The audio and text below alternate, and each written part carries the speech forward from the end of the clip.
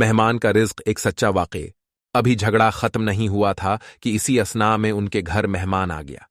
خاوند نے اسے اپنی بیٹھک میں بٹھا دیا اور بیوی سے کہا کہ فلاں رشتہ دار مہمان آیا ہے، اس کے لیے کھانا بنا لو۔ وہ غصے میں تھی، کہنے لگی نہ تمہارے لیے کھانا ہے نہ تمہارے مہمان کے لیے۔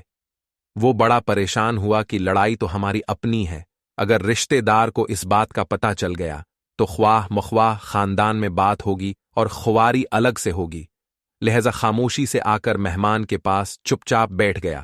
اتنے میں اسے خیال آ گیا کہ چلو بیوی اگر روٹی نہیں پکاتی تو سامنے والے ہمارے ہمسائے بہت ہی اچھے لوگ ہیں، میں انہیں ایک مہمان کا کھانا پکانے کے لیے کہہ دیتا ہوں۔ چنانچہ وہ ان کے پاس گیا اور کہنے لگا کہ بیوی کی طبیعت آج کچھ خراب ہے، لہذا آپ ہمارے مہمان کے لیے کھانے کا انتظام کر دیں۔ انہوں نے کہا ٹھیک ہے۔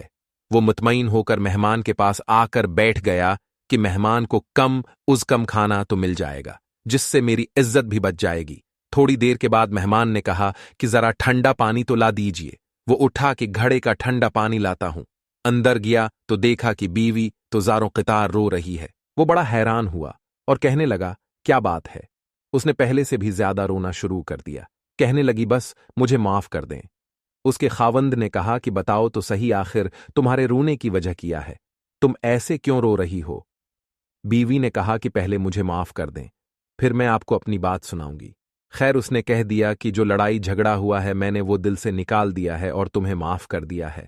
پھر وہ کہنے لگی کہ جب آپ نے آ کر مہمان کے بارے میں بتایا اور میں نے کہہ دیا کہ نہ تمہارے لیے کچھ پکے گا اور نہ ہی تمہارے مہمان کے لیے کچھ پکے گا تو آپ چلے گئے، مگر میں نے دل میں سوچا کہ لڑائی تو میری اور آپ کی ہے اور یہ مہمان رشتہ دار ہے، ہمیں اس کے سامنے اپنے جھگڑے کی پول نہیں کھولنا چاہیے۔